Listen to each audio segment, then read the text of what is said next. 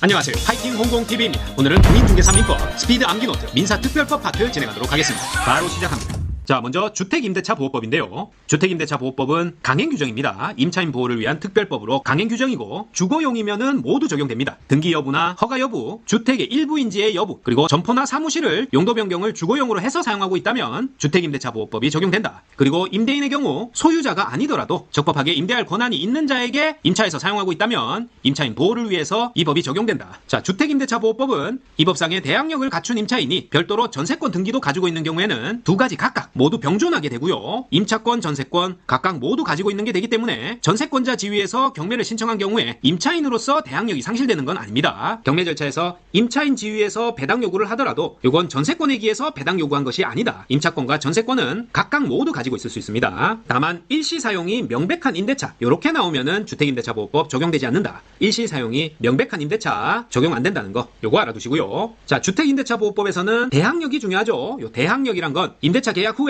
소유자 변경, 즉 임대인 변경 등이 있어도 새로운 소유자, 새로운 임대인을 상대로 임차권을 주장할 수 있는 힘이 대항력입니다. 임대차 관계가 신소유자에게로 승계된다. 이 임차권은 채권이기 때문에 원래 계약 당사자 외에는 임대차 관계를 주장하지 못하지만 대항력을 갖추게 되면 신소유자에게 주장 가능한 게 핵심이에요. 이따 나오겠지만 주택임대차보호법상의 대항력을 갖춘다는 것, 대항요건은 인도받고 전입신고하는 거죠. 인도와 전입신고가 대항요건이다. 알아두시고, 그래서 임차권 등기를 하거나 주택임대차보호법상 대항요건 이렇게 두 가지 방법으로 대항력을 가지게 됩니다. 다만 임대주택이 팔렸다, 양도되었을 때 임차인이 이의를 제기하면 새로운 소유자에 대해서의 원래 소유주 임대인과 가지고 있던 이 임대차 관계가 승계되지 않게 할 수도 있어요. 이걸 임차인은 임대차에서 벗어날 수 있다 이렇게도 표현할 수 있는데요. 무슨 말이냐면 원래 계약 기간이 끝나면 임대인이 보증금을 돌려줘야 되는데 계약 종료 후에 임대주택을 양도했다. 그런데 새로운 소유주가 조폭 깍두기였다. 자, 이 사람하고는 상대하기 싫겠죠. 따라서 임차인이 새로운 소유주한테 보증금 반환받지 않고 전에 계약을 맺었던 원래 임대인과 보증금 반환받을래 이렇게 새로운 소유주에게 이의를 제기하면 새로운 소유주와의 임대차 관계가 승계되지 않고, 만약에 묵시적 갱신이 될 사안이라고 해도 갱신되지 않고 요 새로운 소유주와의 임대차에서 벗어날 수 있다 이런 얘기입니다. 선택은 임차인이 한다. 자, 그리고 임대차보호법상의 대항력의 요건은 아까 임차권을 등기하거나 또는 인도와 주민등록 전입신고를 완료했을 때 임대차보호법상의 대항력이 생긴다. 요거 좀 더 자세히 알아보겠습니다. 자, 인도라는 것은 점유의 이전을 의미하죠. 보증금을 주고 현관 비밀번호를 알아서 짐을 갖다 놓고 실질적으로 현실적으로 인도하는 거 외에 간이 인도, 점유 개정, 목적물 반환 청구권 양도 등도 요 대항력 요건에 인도의 의미에 포함됩니다. 따라서 인도는 간접 점유로도 인도 요건을 갖출 수 있고, 임차인이 아닌 전대차 계약에 의해서 또 한 번 빌려줬다, 전차인이 주택을 인도받고 주민등록을 한 경우에도 대항력이 인정됩니다. 자, 인도와 주민등록 전입신고 완료인데요. 이 전입신고는 제3자가 임대차임을 알 수 있도록 공시하는 효력이 있고요. 관할관청에 신청이 수리돼야지 도달하는 것만으로는 부족합니다. 그리고 아파트의 경우에는 동호수까지 기재해야 되지만 다가구 주택의 경우에는 호수 기재를 하지 않아도 지번 기재로도 충분하다. 자, 그리고 요 점유 개정이란 게 무슨 말이냐면 소유자가 주민등록을 이전하고 거주하던 중에 내가 살고 있는 집에 임차인이 돼서 계속 살면서 소유권만 넘길 수 있겠죠. 해당 주택의 소유권을 이전하고 새로운 소유자로부터 다시 임차해서 임차인으로 거주하는 경우 요걸 점유 개정이라고 하는데요. 임차인으로서의 주민등록은 소유권 이전이 이루어진 후부터기 때문에 소유권 등기 이전 다음날 대항력을 취득하게 됩니다. 소유권 이전이 이루어진 후부터 임대차임을 알 수 있도록 공시하는 것이 되는 거다. 소유권 이전이 이루어진 후부터는 임대차 계약이 되어 있는 집임을 알 수 있도록 공시하는 것이 되는 겁니다. 대항력은 등기 이전 다음날 대항력을 취득한다. 따라서 이 대항력의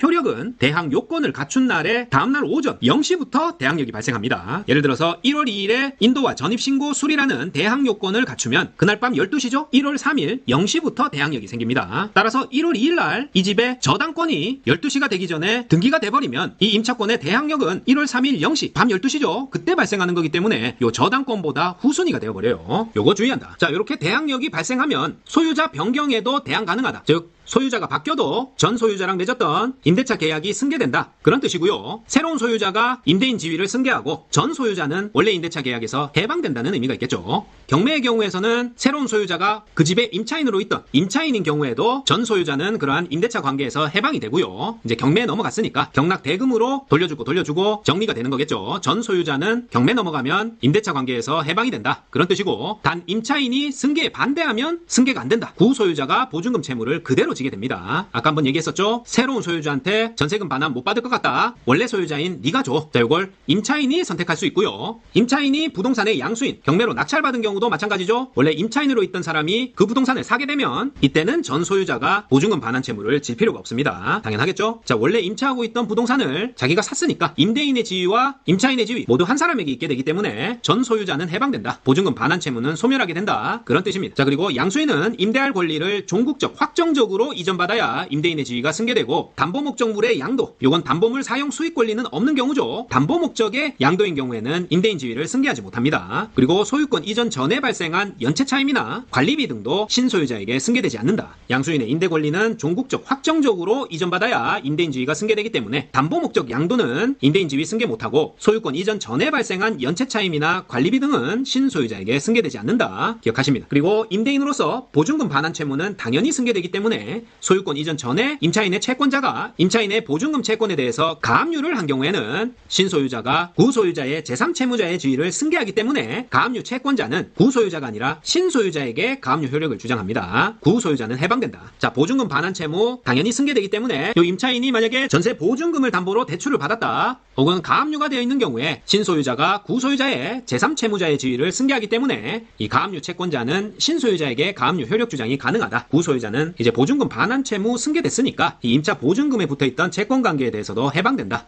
그런 뜻입니다. 따라서 신소유자가 보증금 지급을 했을 경우에 당연히 구소유자에게 부당이득 반환 청구 불가하겠죠. 신소유자는 보증금 지급 의무까지 인수하고 그만큼을 임대 목적물 매매 대금에서 뺐기 때문에 감하였기 때문에 당연히 보증금 반환 의무는 신소유자의 채무가 되는 거예요. 말만 어렵지 아주 간단한 얘기다. 자, 그런데 인도 및 주민등록 요건, 요 대항력 요건은 유지돼야 됩니다. 둘 중에 하나라도 상실 시에 대항력을 상실하게 된다. 자, 하지만 가족과 함께 주민등록을 한 후에 점유해서 거주하고 있다가 다른 가족은 남겨두고 임차 계약을 한 임차인만 주민등록을 일시적으로 옮긴 거라면, 다시 말해 아빠가 계약하고 가족들이 모두 살고 있다가 아빠의 직장이 이전을 해서 아빠만 주민등록을 일시적으로 옮긴 거라면 이때는 대항력을 상실하지 않습니다. 그리고 임차권 보호를 위해서 전세권도 설정했다. 이 전세권은 임차권의 대항력과 별개로 전세금을 보호할 수 있는 권리죠. 전세권 설정 후에 주택임대차 보호법상 대항력을 상실했을 때는 이 주택임대차 보호법상 대항력과 우선 변제권은 상실됩니다. 전세권 설정했다고 주택임대차 보호법상 대항력 상실했는데도 불구하고 대항력이 유지되는 게 아니고 전세권 설정과 별개로 주택임대차 보호법상 대항력 상실하면 주택임대차 보호법상 대항력과 우선 변제권은 그냥 상실된다는 내용입니다. 전세권과는 근거 규정과 요건이 다르다. 자, 기출문제 한번 살펴보면 주택임대차 보호법상 대항력에 관한 설명으로 틀린 것이네요. 자, 일시 사용 위한 임대차 아니고 임차권 등기 이루어지지 아니한 경우 전제하여 다툼이 있으면 판례에 따른다.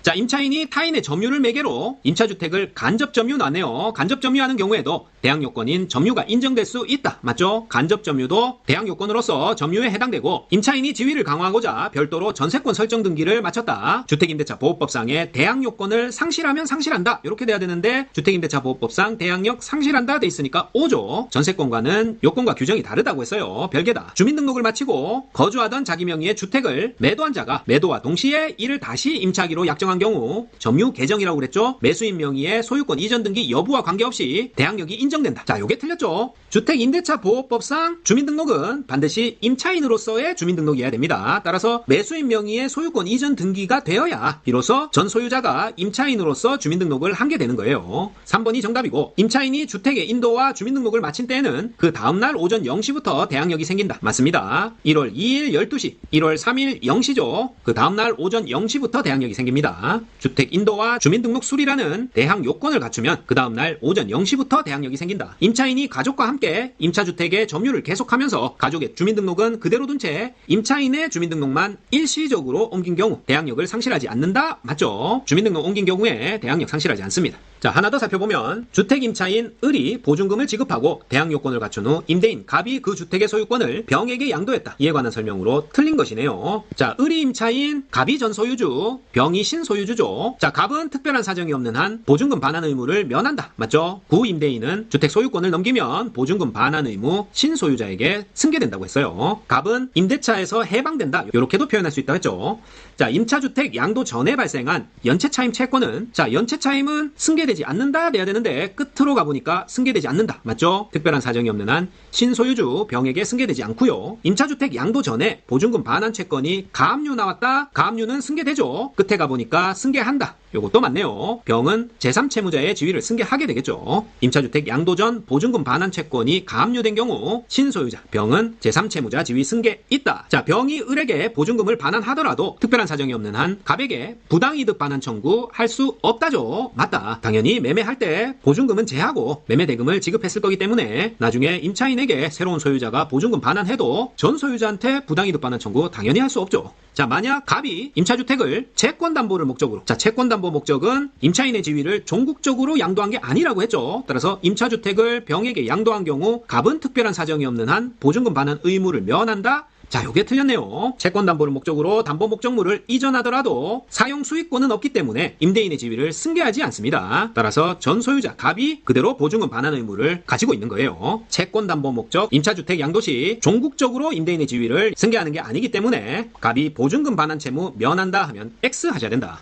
자, 다음은 우선변제권 보겠습니다. 자, 우선변제권은 요 주택이 경매에 넘어갔을 때 소유자 갑이 주택을 담보로 대출을 받고 이 대출받은 집에다가 또 임차인을 들였죠. 을을 임차인으로 들였을 때 만약에 요 1억을 갚지 못해서 주택이 경매에 넘어갔다. 그랬을 때 요 임차인 을이 요 갑 임대인의 다른 채권자에 비해서 임대 목적물 요 집의 환가 대금에서 우선변제 받을 수 있는 권리를 우선변제권이라고 합니다. 이 우선변제권은 점유와 주민등록 이전으로 갖추게 되는 대항력과 임대계약서상의 확정일자를 받으면 인정을 받을 수 있습니다. 대항력과 확정일자가 우선변제 요건이다. 자, 다시 말해 우선변제권의 요건은 점유와 주민등록 이전 후에 이길 00시부터 생기는 이 대항력을 갖추고 또 확정일자도 받았다. 이렇게 모두 갖춘 경우 그 날과 다른 저당권 등의 등기일과의 선후관계를 따져서 누구한테 먼저 이 경락대금을 나눠줄 것인지 하는 우선권을 따지는데 그 목적이 있는 용어라고 할 수 있습니다. 따라서 이 저당권 설정 이후에 이 우선변제권이 갖춰졌다. 그랬을 때 이 임차인은 요 저당권자보다 후순위가 되겠죠. 그래서 보통 융자가 껴있는 집, 앞서 말씀드렸듯이 집 매매가가 3억 정도인데 이미 집주인이 1억의 대출을 받았다. 요런 집은 전세로는 잘 안 들어가죠. 대부분 매물 설명란에 융무 요렇게 적혀 있습니다. 융자가 없다는 뜻이죠. 이미 집주인이 대출받은 게 있다 그러면 임차인이 들어가서 점유하고 주민등록 이전하고 확정일자까지 받아도 이렇게 우선변제권이 요 1억에 대한 저당권보다 후순위가 되기 때문이에요. 자, 요 우선변제권은 대지를 포함한 임차주택의 모든 환가대금에서 우선변제 받는다는 얘기입니다. 그래서 대지만 경매된 경우에도 우선변제 받을 수 있다. 자, 보기에 대지만 나오면은 왠지 우선변제 받을 수 없다. 이렇게 돼야 될 것 같지만 대지만 경매된 경우에도 우선변제 받을 수 있고요. 이때 법정 담보물권으로 대지는 임대차 성립 시에 임대인 소유면 되고 이후에 타인에게 양도돼도 상관없습니다. 임대차 성립 시에만 그 대지가 임대인 소유고 그 임대인과 임차계약을 맺었다면 대지만 경매된 경우에도 그 환가대금에서 우선변제 받을 수 있다. 이렇게 이해하십니다. 그리고 선순위 저당권 있는 경우에 후순위 저당권자의 실행으로 선순위 저당권자도 소멸하기 때문에 그보다 후순위인 임차권도 모두 소멸하게 됩니다. 즉 자기가 돈 못 받았다고 해서 낙찰자에게 대항 불가하다. 자, 경매가 됐을 때는 선순위 저당권 포함해서 모두 소멸합니다. 선순위 저당권의 담보 가치를 위해서 배당은 순위에 따라서 임차권을 중심으로 선순위 저당권이 있고 임차권보다 후순위 저당권이 있으면 선순위 저당권에 배당하고 그 다음에 남는 게 있으면 임차권자가 배당받고 그래도 남는 게 있어야 후순위 저당권 순으로 배당이 됩니다. 예를 들어서 요 집에 1억이 원래 대출이 있었고 내가 전세금 2억을 내고 들어갔다. 그리고 현실적으로는 좀 어렵겠지만 요 집주인이 수완이 좋아서 또 2억을 대출을 받았다. 이렇게 총 5억의 대출이 있는데 요 2억의 후순위 저당권을 연체를 하는 바람에 이 집이 경매에 넘어가게 됐다. 그런데 경락대금이 5천만 원밖에 안 됐다. 그랬을 때는 선순위 저당권자에 5천만 원 주고 남아있는 5천만 원은 못 받는 게 됩니다. 그리고 모든 선순위 저당권, 임차권, 후순위 저당권까지 모두 소멸하기 때문에 5천만 원 주고 산 낙찰자에 대해서 대항이 불가하다. 단순히 얘기해서 그런 뜻입니다. 자, 나중에 나오겠지만 소액 임차권 우선변제권에 의해서 을의 보증금이 만약에 1억 5천만 원 이하다 했을 때는 5천만 원까지 선순위 저당권이 있어도 우선변제 받을 수 있어요. 하지만 1억 5천만 원을 초과하게 되면 소액 임차인이 아니기 때문에 배당 순위에 따라 선순위, 임차권, 후순위 저당권 순으로 배당하고 남는 게 없으면 모두 소멸하게 된다. 자, 그리고 이러한 보증금 반환 채권은 경매 절차 시에 반드시 배당 요구를 해야 지급받을 수 있습니다. 배당 요구가 필요하다. 단 임차권 등기 명령으로 인해서 등기를 한 경우에는 배당 요구 없이도 배당받을 수 있어요. 기본적으로는 보증금 반환 채권은 경매 시 배당 요구를 해야 지급받을 수 있고 임차권 등기 명령을 한 경우에는 배당 요구 필요 없다. 이 대항력이 있는 있는 임차권과 분리해서 보증금 반환 채권만을 내가 양수했다. 보증금 반환 채권만을 샀다. 그러면은 이 대항력이 없는 보증금이기 때문에 여기에 우선 변제권은 없습니다. 보증금 반환 채권만 양수하면 우선 변제권은 없다. 자, 보증금 반환 채권으로 목적물이 경매됐을 때는 집행 개시를 위해서 임차주택을 인도를 할 필요는 없습니다. 보통은 집행 개시를 위해서 목적물 인도 제공을 해야 되지만 임대차 보호법상 예외가 인정된다. 하지만 이후에 경매 대금에서 보증금을 받기 위해서는 임차주택을 양수인에게 인도해야 보증금 우선 변제를 받을 수 있습니다. 집행 개시를 위해서 임차주택 인도 필요 없지만 보증금 받기 위해서는 인도해야 보증금 우선 변제 받을 수 있다. 자, 다음은 임차권 등기 명령 제도인데요. 임대차가 종료된 후에도 임대인이 보증금을 안 돌려준다. 보증금 미반환 시 임차인이 법원에 자신의 임차권에 대해서 등기를 신청할 수 있는 제도입니다. 그리고 모든 관련 비용은 임대인에게 청구 가능하다. 자, 이렇게 임차권 등기를 하게 되면 대항력과 우선 변제권을 취득하게 되고요. 그 이전부터 만약에 대항력이 있었다면 이전 것도 유지된다. 따라서 점유를 상실해서 주민등록을 이전하더라도 임차권 등기를 하게 되면 대항력과 우선 변제권이 상실하지 않습니다. 즉 임차권 등기를 했다면 그 이후에는 이사를 가도 상관없습니다. 등기가 없으면은 점유를 유지해야 대항력이 유지되겠죠. 자, 자유롭게 이사를 갈 수 있느냐 하는 것은 임차권 등기를 했느냐에 따라서 달라지게 된다. 자, 그리고 임차권 등기 이후에는 임대인의 보증금 반환 의무가 임차권 등기 말소 의무보다 선이행돼야 됩니다. 보증금 반환해야 임차권 등기 말소한다. 이렇게 할 수 있는 거지. 만약에 임대인이 야, 임차권 등기 말소하면 보증금 반환해 줄게. 이렇게 얘기할 수 없는 거예요. 임차권 등기하게 되면 보증금 반환 의무가 선 의무고 이후에 임차권 등기 말소하면 된다. 일반적으로는 보증금 반환 의무와 임대목적물 반환 의무가 동시행인 것과는 다릅니다. 임차권 등기 명령으로 임차권 등기를 한 임차인은 목적물이 경매됐을 때도 별도의 배당 요구 없이 배당받게 된다. 임차권 등기 명령 없으면은 배당 요구를 해야 배당받을 수 있다고 했죠. 임차권 등기 명령하면 배당 요구 없이 배당받는다. 자, 요건 등기를 할 수 있는 다른 담보적인 성격을 가진 저당권이나 전세권 등과도 같습니다. 별도 배당 요구 없이 배당받을 수 있다. 그리고 임차권 등기 명령에 따라 등기를 한 임차인이 있고 그 이후에 임차한 임차인은 소액 임차인일 경우라도 최우선 변제권이 없습니다. 요거까지. 자, 기출문제 한번 살펴보면 갑은 을 소유의 X주택에 관해 을과 보증금 3억 원으로 하는 임대차 계약을 체결하고 2018년 3월 5일 대항요건과 확정일자를 갖추었다. 병은 2018년 5월 6일 X주택에 관해 저당권을 취득했고 갑은 2020년 3월 9일 X주택의 임차권 등기 명령의 집행에 따른 임차권 등기를 마쳤다. 이에 관한 설명으로 옳은 것은 자, 갑이 임차인이죠. 을 소유 주택 X를 보증금 3억 원이네요. 임대차 계약 체결하고 이게 3월 5일 대항요건과 확정일자 갖췄고 자, 병이 나오는데 얘는 저당권자죠. 아마 을이 요 X주택을 담보로 임차인의 보증금이 있지만 병에게 돈을 또 빌렸나봐요. 요게 5월 6일이고 그 다음에 3월 9일 날 임차인 갑이 다시 임차권 등기 명령에 따른 임차권 등기를 했다. 자, 보기를 보면 갑은 임차권 등기 비용을 을에게 청구할 수 있다. 자, 요 경우는 저 문제에서는 나와 있지 않지만 아마 갑이 임대차 계약이 끝나고 보증금 돌려달라 했는데 요 을이 돌려주지 않은 경우라서 임차권 등기를 했다. 요렇게 생각하시면 됩니다. 이사는 가야 되는데 대항력을 상실할까봐 주소를 옮길 수 없을 때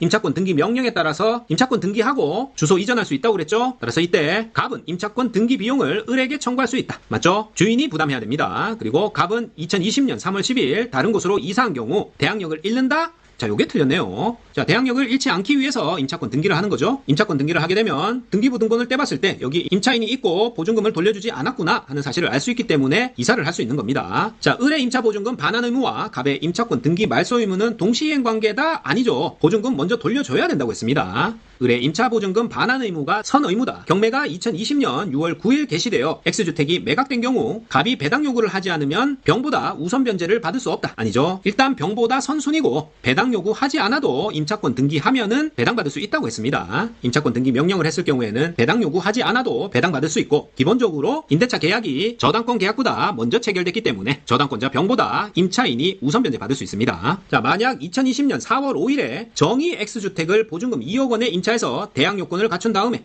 X주택이 경매된 경우 정은 매각대금에서 병 누구죠? 저당권자보다 우선 변제 받을 수 있다. 자, 아니죠. 자, 2020년 4월 5일은 제일 마지막이니까 이미 등기부등본 떼보면 저당권자도 있고 임차권자도 있고 임차권 등기도 있고 이 상황에서 자기가 아무리 대항 요건을 갖춘다고 해도 요 정은 우선순위에서 밀리기 때문에 저당권자 병보다 우선 변제 받을 수는 없습니다. 자, 정답은 옳은 것이라고 했으니까 1번만 옳죠. 등기 비용은 을에게 청구할 수 있다. 임차권 등기 시 임대인에게 자, 자, 다음은 임차권의 승계 볼 텐데요. 임차권도 상속 가능합니다. 임차인이 상속인 없이 사망하면 가정 공동생활을 하던 사실상의 혼인관계에 있는 자가 임차권을 승계한다. 만약에 상속인이 공동생활을 하지 아니하면 이촌 이내의 상속인과 공동생활을 하던 사실혼 관계의 자가 공동으로 승계하게 됩니다. 자, 임차권은 상속이 가능한데 상속인 없이 사망하면 사실혼 관계에 있는 자가 임차권을 승계하고, 만약에 상속인이 공동생활을 하지 않으면 이촌 이내 상속인, 결국 부부관계거나 부모나 자녀가 되겠죠. 이촌 이내 상속인과 공동생활을 하던 사실혼 관계자가 공동으로 승계를 하게 됩니다. 하지만 1개월 이내에 상속인과 사실혼자가 반대 표시하면, 이 임차권을 승계하지 않겠다고 하면 승계가 안 된다. 그리고 상속인이 있고 공동생활까지 했다면 그냥 상속인이 상속받게 됩니다. 같이 공동생활하는 사람이 부부, 부모, 자녀라면 그 공동생활하는 상속인이 상속하는 거고, 공동생활하지 않으면은 이촌인의 상속인, 부부, 부모, 자녀와 공동생활하던 사실혼 관계자가 공동으로 승계한다. 하지만 1개월 이내에 반대 표시하면 승계되지 않는다. 그리고 마지막으로 상속인 없이 사망했다면 사실혼 관계에 있는 자가 임차권을 승계한다.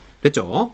자, 그 다음에 아까 잠시 얘기했던 소액 임차인 우선 변제권인데요. 자, 전세나 월세 살던 집이 경매에 넘어갔을 때 소액 임차인의 경우에는 일정 금액을 최우선으로 자기가 후순위더라도 먼저 배당받을 수 있도록 하는 법이 소액 임차인 우선 변제권입니다. 선순위에 담보물건이 있고 또는 조세 체납이 있더라도 그 조세 채권보다 우선해서 배당받을 수 있는 게 소액 임차권 우선 변제권이다. 자, 요건 처음에 소액 임차인 기준인 서울의 경우 1억 5천만 원 이하의 소액 임차인이 아니었지만 보증금이 감액되어 소액 임차인이 되어도 우선 변제권이 생깁니다. 하지만 반대로 보증금이 증액돼서 1억 5천이다가 1억 7천, 2억 이렇게 됐다. 그랬을 때는 그 기준을 넘기 때문에 소액 임차인 우선 변제권을 상실하게 된다. 자, 서울의 경우 1억 5천만 원 이하의 소액 임차인인 경우 5천만 원까지 최우선 변제를 받습니다.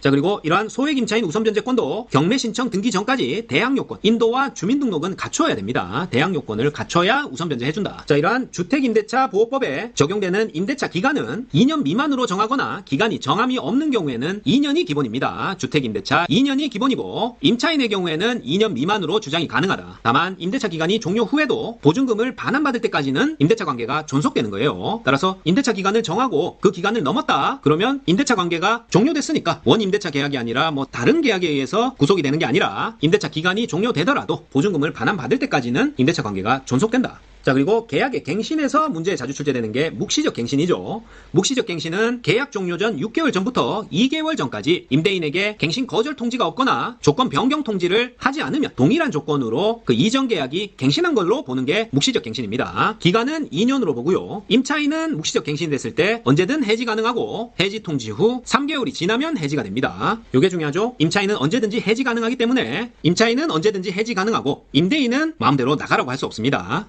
하지만 이기 차임 연체가 있는 경우에는 묵시적 갱신이 되지 않는다. 그리고 이와 더불어 갱신 요구권이라는 게 있는데요. 임대차 종료 전 6개월 이전부터 2개월 이전까지 임차인이 갱신 요구를 하면 임대인은 정당한 이유 없이 거절 불가합니다. 요게 지난 정부에서 새로 생겼죠. 갱신 요구권. 자, 1회에 한해서 가능하죠. 역시 계약 기간은 2년으로 본다. 임차인은 언제든지 해지 통고 가능하고 해지 통지 3개월이 지나면 효력이 발생한다. 요건 묵시적 갱신과 마찬가지고, 자, 요 갱신 요구권도 이기 차임이 연체됐다. 혹은 거짓, 부정, 상당한 보상을 제공한 경우, 요건 나 갱신 요구권 행사 안 할 테니까 지금 집 뺄 테니까 5천만 원만 줘. 이렇게 상당한 보상을 요구해서 제공한 경우 동의 없이 전대했거나 임차인 고의 중과실로 인해 파손이 됐다. 그랬을 때는 갱신 요구 거절 가능하고요. 직계가족을 포함해서 임대인이 실거주 목적으로 들어와 살겠다. 그러니까 나가달라 하면 갱신 요구 거절할 수 있습니다. 그리고 재건축의 경우에도 실거주 목적으로 거절 가능하고, 만약에 실거주 한다고 해놓고 타인에게 임대했다 그랬을 때는 임차인에게 손해배상을 해야 됩니다. 자, 갱신 요구권은 임대차 종료 6개월부터 2개월 이전까지 임차인이 갱신 요구를 하면 정당한 이유 없이 1회에 한해서 2년 동안 갱신 요구를 거절할 수 없다는 건데요. 임대인이 갱신 요구를 거절할 수 있는 경우는 이기 차임 연체, 임차인의 거짓 부정 상당한 보상 제공한 경우, 동의 없는 전대, 임차인 고의 중과실로 인한 파손, 그리고 실거주 목적, 재건축 등의 사유면은 거절이 가능하다. 다만 실거주 목적이라고 해놓고 타인에게 임대하면 손해배상을 해야 된다. 이런 내용입니다. 자, 그러면 금액은 어떻게 하냐? 갱신 요구권 행사로 갱신 시에는 임대인이 보증금 증액 청구를 할 수 있지만 5%, 20분의 1을 넘기지는 못합니다. 그러니까 이전 보증금이 2억이었다. 그러면 2억의 5%인 1,000만 원까지만 보증금을 올려달라고 할 수 있다. 갱신 요구권 기억해 두십니다. 자, 문제 풀어볼게요. 주택임대차보호법상 임차인의 계약갱신 요구권에 관한 설명으로 옳은 것을 모두 고른 것은, 자, 임대차 기간이 끝나기 6개월 전부터 2개월 전까지의 기간에 행사해야 된다. 맞죠? 임대차의 조건이 동일한 경우 여러 번 행사할 수 있다? 아니죠. 자, 계약갱신 요구권 1회에 한해서 행사 가능합니다. 임차인이 임대인의 동의 없이 목적주택을 전대한 경우 임대인은 계약갱신 요구를 거절하지 못한다? 자, 전대했을 경우에는 계약갱신 거절할 수 있죠. 따라서 옳은 것을 모두 골라라 했으니까 기역만 답이 되겠네요. 정답은 1번이고, 자, 계약갱신 요구 거절할 수 있는 경우, 여기에 동의 없이 전대한 경우도 있지만 이익이 차임연체한 경우, 거짓 부정, 상당한 보상을 제공한 경우, 또 고의나 과실로 파손을 일으켰다, 임대인이 실거주한다, 또한 재건축 등의 사정이 있는 경우 계약갱신 청구 거절 가능하다. 요거까지 알아두십니다. 갑이 그 소유 X주택에 거주하려는 을과 존속기간 1년의 임대차 계약을 체결한 경우 이에 관한 설명으로 틀린 것은, 자, 을은 2년의 임대차 존속기간을 주장할 수 있다. 자, 맞죠? 을은 임차인입니다. 임차인의 경우에는 임대차보호법상 최소기간 2년이지만 2년 미만도 주장할 수 있다고 했어요. 따라서 1번과 2번, 을이 1년의 존속기간이 유효함을 주장할 수 있다. 2년도 되고 2년 미만도 을은 주장할 수 있습니다. 둘 다 맞고, 을이 2기의 차임액에 달하도록 차임을 연체한 경우다 묵시적 갱신 인정되지 않는다. 자, 맞아요. 묵시적 갱신은 2기 차임 연체했을 때는 적용되지 않습니다. 임대차 계약이 묵시적으로 갱신된 경우, 을은 임차인이죠. 임차인은 언제든지 갑에게 계약 해지 통지를 할 수 있다. 맞습니다. 임대인은 못하지만 임차인은 묵시적 갱신된 때 언제든지 계약 해지 통지할 수 있고, 통지 후 3개월이 지나고 그 효과가 발생한다고 했어요. 자, 1, 2, 3, 4 모두 맞으니까 정답은 5번이겠네요. X주택의 경매로 환가대금에서 을이 보증금을 우선 변제받기 위해서 X주택을 양수인에게 인도할 필요가 없다. 자, 보증금 우선 변제 받으려면 양수인에게 인도해야 된다고 했죠. 인도할 필요가 없다. X. 인도할 필요 없는 거 있었는데 생각나신다면 경매 개시 때는 인도할 필요 없지만 환가대금에서 보증금 받기 위해서는 양수인에게 인도해야 된다. 자, 이상입니다. 공인중개사 민법 스피드 암기노트, 오늘은 주택임대차보호법 쭉 살펴봤습니다. 파이팅 홍콩TV 구독, 좋아요 부탁드리고 저는 다음 시간에 다시 찾아뵙겠습니다.